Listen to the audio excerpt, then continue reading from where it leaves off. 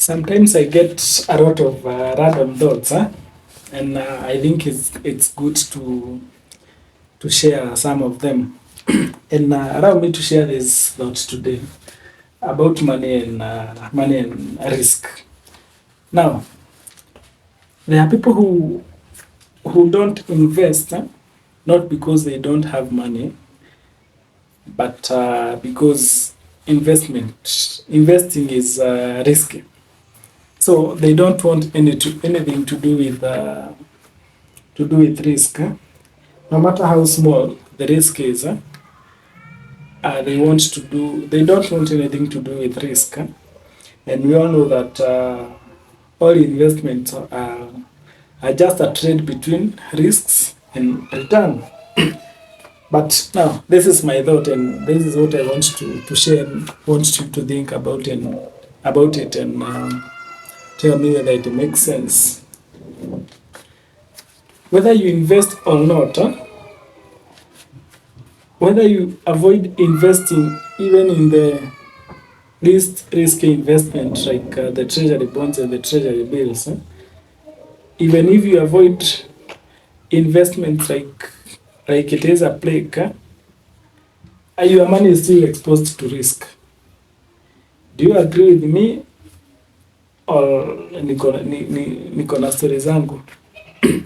So I say that whether you avoid investments, whether it is high risk investment, low risk investment, whether you avoid them like a plague, your money is still exposed to risk, believe it or not. And I'll just quote a few examples to show that even if you fail to invest in anything just because you are avoiding risk, as much as you are dealing with money, your money is still exposed to risk. And the basic reason as to why money is exposed to risk, regardless, I think it is what everyone wakes up every morning to look for. So the high demand for money, I think, brings the element of risk, regardless of where your money is. So there are different levels of investment, and there are even those low risk investment. But there are people who are not even willing to try those low risk investments, just because of the element of risk. But your money is still exposed to risk. One example. Let's talk about someone who is not ready to take any risks, and even not able to risk having their money in a bank account, and decide to put their money at home. So you decide that all your money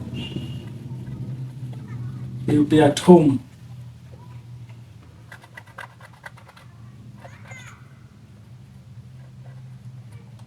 You decide to put your money at home.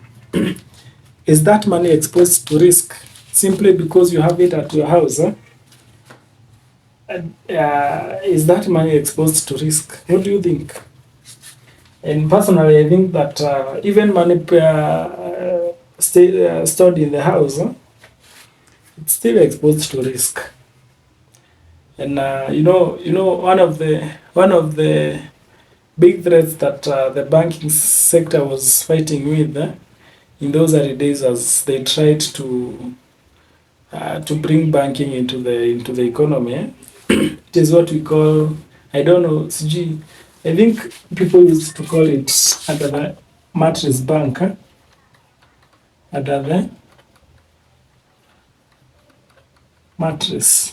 So this was the biggest competitor by those circle societies that brought stories of banking into the system. So under the mattress, and maybe there are still people who still do this. And personally, I believe even this money that you decide you are the one who keep it for yourself, it's still exposed to risk. Number one, This money can be stolen. This money, this money can be stolen, and that is risk. Because even if you invest and that money gets to and the investment gets not to do well, you lose the money. Even if the money is stolen, you still lose the money. So and by stolen, it can be stolen by an external party. It can also be stolen by an internal party.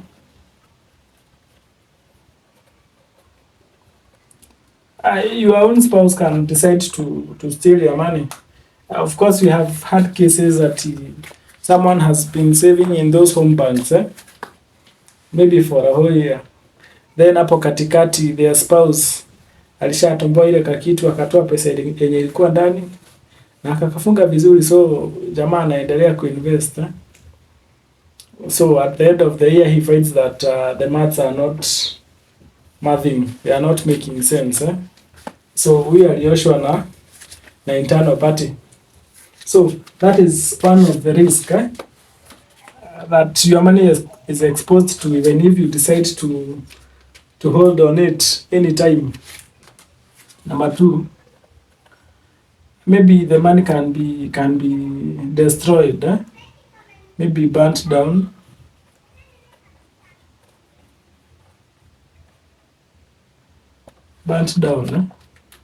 So even if you put your money in your house can burn down, and your money gets to burn in the process. And it's good to note that even if a note is halfway burnt, you cannot take that money to the bank. Even if they have just some small burnings. Burnt money is not accepted by banks, because why are you burning a legal tender?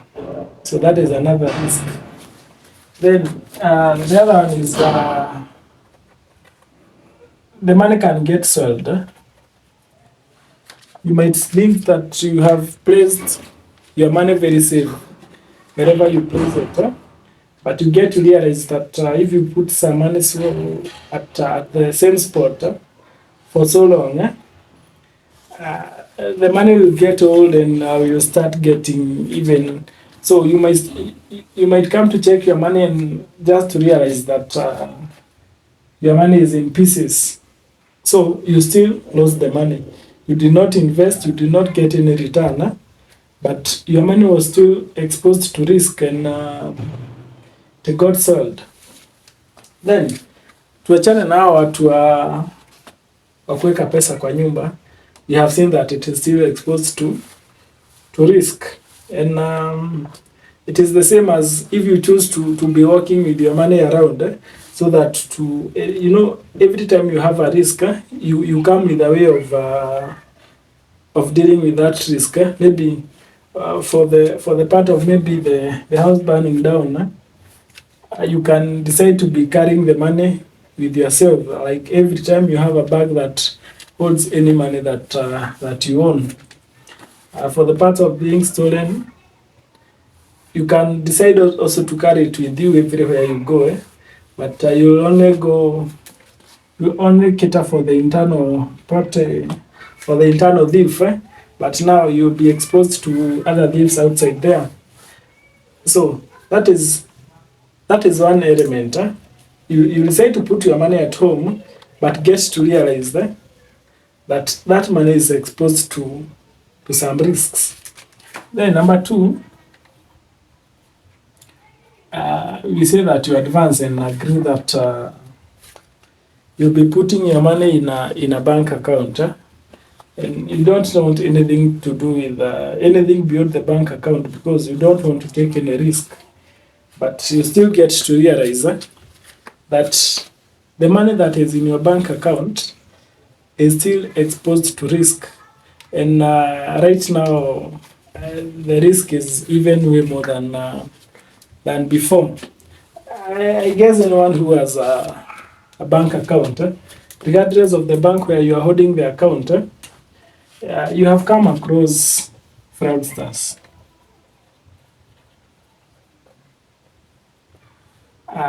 messages, calls. So you get to realize that your money is exposed to risk by fraudsters. So you can be given a call and geez, a guy start telling you, I'm calling from this and this bank. There's a problem with the account, and at the end, your money gets to be stolen. Your money is also exposed to another risk. Maybe you can call maybe card fraud. And it is good to realize that if you have a debit card that is connected to your account, for me to use that card to do online transactions, I don't need your PIN. So don't think now that no one knows the PIN to your ATM card, as they are commonly referred to ATM cards. Someone does not need to have your PIN for them to transact using your card for online transaction. All they need is they need the card number, they need the expiry date, and they need what we call the CVC number. And all these, you'll find them on their card. So if someone gets hold on your card, they can use your card for online payments without you giving them any other information. So you get to realize that you can say that you don't want to invest because you are not ready to take any risk, but you get to realize that your money is still exposed to risk. And you can also, in the story of, in the case of bank's account, we also have risk exposure from by your personal parties.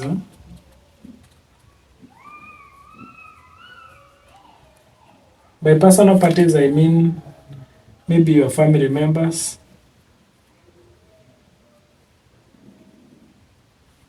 your friends, like those people who you trust. You can trust them to a point that they get to know your password to your mobile banking platform. That is a risk. That guy will have hold of your phone one day, and you get that they have transferred everything that you want in that account, simply because you did not invest, because you did not want to expose your money to risk.